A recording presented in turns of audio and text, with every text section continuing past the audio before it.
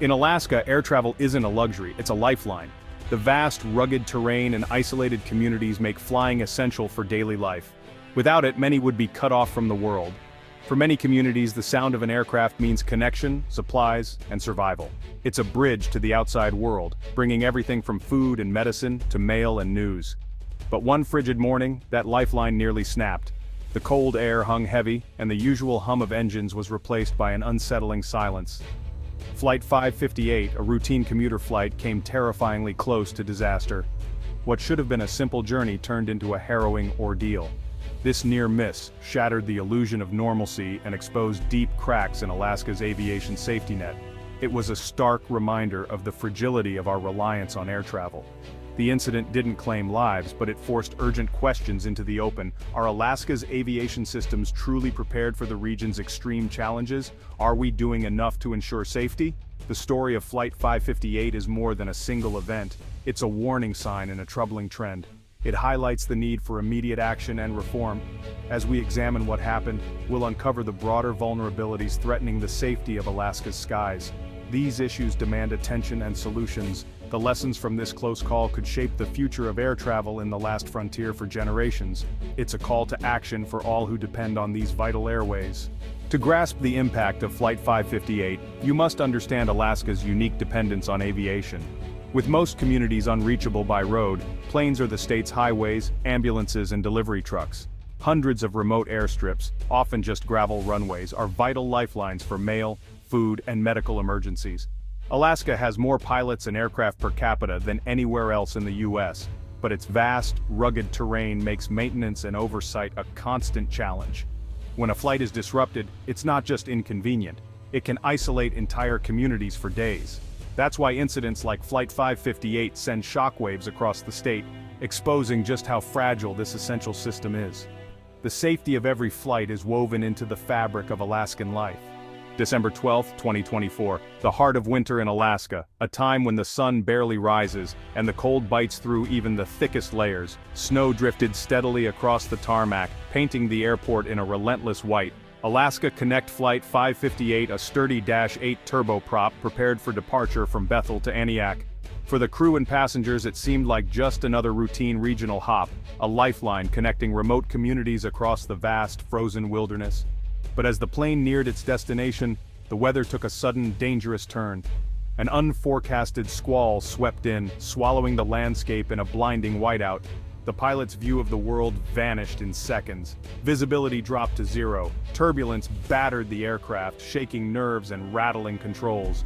The pilots, now flying blind, had to rely entirely on their instruments, trusting technology and training to guide them through the storm.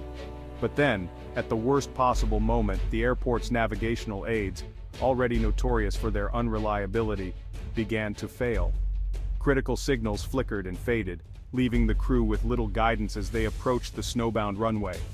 Disoriented and battling the elements, the crew made a split-second decision to initiate a missed approach. The stress in the cockpit was palpable as they climbed away from the unseen ground, searching for any sign of safety. Suddenly, alarms blared. The ground proximity warning system screamed, "Terrain! Pull up!" The threat was immediate and real. The pilots reacted with lightning speed, yanking the controls and banking sharply.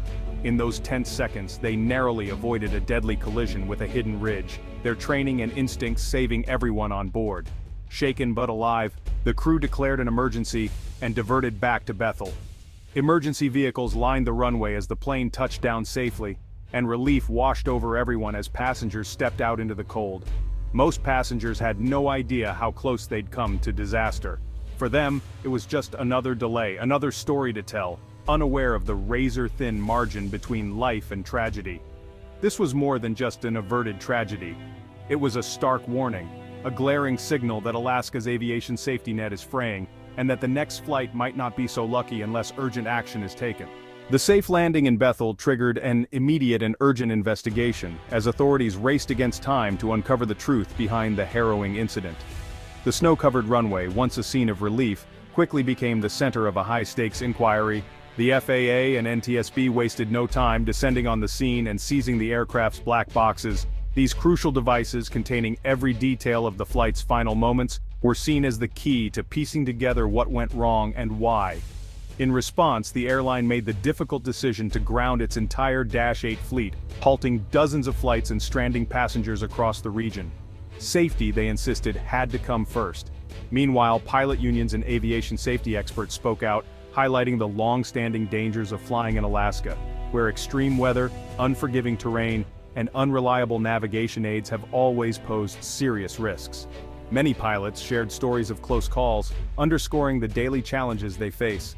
Attention quickly shifted to Aniak's navigational systems, which had been flagged for issues in the past.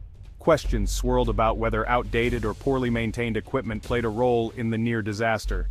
The FAA now faced tough scrutiny, with investigators and the public demanding answers about the maintenance and reliability of these critical systems, especially in remote and challenging environments.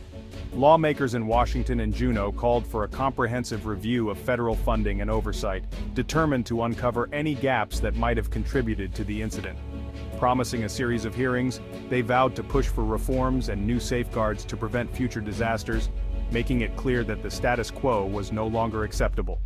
Across Alaska, the incident sparked widespread anxiety and a flood of stories from pilots and residents who had experienced similar close calls.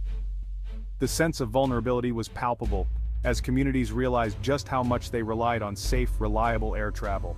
The near-miss united towns and villages in a common demand for real improvements, not just answers but meaningful action to ensure the safety of everyone who depends on Alaska's skies. The scramble for answers wasn't just about one flight, it was about restoring faith in an aviation system that millions depend on every year, and making sure that trust was truly earned. In the end, Flight 558 became more than just a headline. It was a catalyst for statewide scrutiny, a wake-up call that echoed across Alaska, demanding change and vigilance for the future. The data is clear. Flying in Alaska is riskier than anywhere else in the U.S. Despite aviation's overall safety, Alaska's accident rate, especially for small commuter and air taxi flights, remains stubbornly high. The state accounts for a disproportionate share of the nation's aviation accidents, with controlled flight into terrain, like the near miss on Flight 558, a persistent threat. Many remote airports lack modern weather and navigation systems, forcing pilots to rely on outdated technology and gut instinct. The gap in infrastructure investment is stark, and the consequences are real: more incidents, more injuries, and more lives at risk. These aren't just numbers, they're daily realities for Alaskan pilots and passengers. The statistics reveal a system under immense strain, where the margin for error is razor thin. The Flight 558 incident is just the latest in a troubling pattern. Alaska's aviation risks stem from a perfect storm of factors. First, the weather's sudden squalls, whiteouts, and severe turbulence are daily threats, demanding extraordinary skill from pilots. Second, the geography: mountains, glaciers, and vast wilderness make flying complex and leave few options for emergency landings. Third, infrastructure: many airports lack modern navigation and weather aids, and ground-based systems are prone to failure in remote areas. The transition to satellite-based navigation has lagged, leaving critical gaps. Finally, economics: small airlines face pressure to fly in marginal conditions just to stay afloat, while regulations often fail to account for Alaska's unique challenges. These factors combine to create a uniquely hazardous environment. The near disaster of Flight 558 was not a fluke, it was the result of systemic vulnerabilities. Addressing them requires more than patchwork fixes. Technology matters, but people are at the heart of aviation safety. Alaskan pilots are among the world's best, trained to handle conditions that would ground others. But even their skill has limits. The pressure to complete flights, fatigue, and unreliable infrastructure all weigh heavily on crews.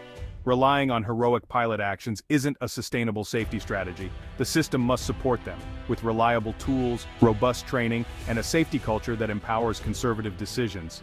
Regulatory oversight is critical, but critics say the FAA's efforts in Alaska have been too slow and too limited. The Flight 558 incident raises urgent questions about the maintenance of navigational aids and the adequacy of oversight. True safety requires collaboration among regulators, airlines, pilots, and communities, creating feedback loops to catch risks before they become disasters. Flight 558's near tragedy is a microcosm of Alaska's broader aviation crisis.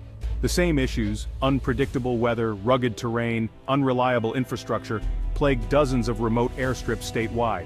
Deferred maintenance and underfunding have left the system vulnerable. widening the gap between Alaska and the rest of the country. This isn't just a technical problem, it's a matter of equity and public safety. Next-generation technology like satellite-based navigation and ADS-B could transform safety, but implementation has lagged. The incident should be a catalyst to fast-track these upgrades and close the safety gap. Alaska needs a comprehensive review of its aviation ecosystem, addressing root causes, not just symptoms. The story of Flight 558 is a warning.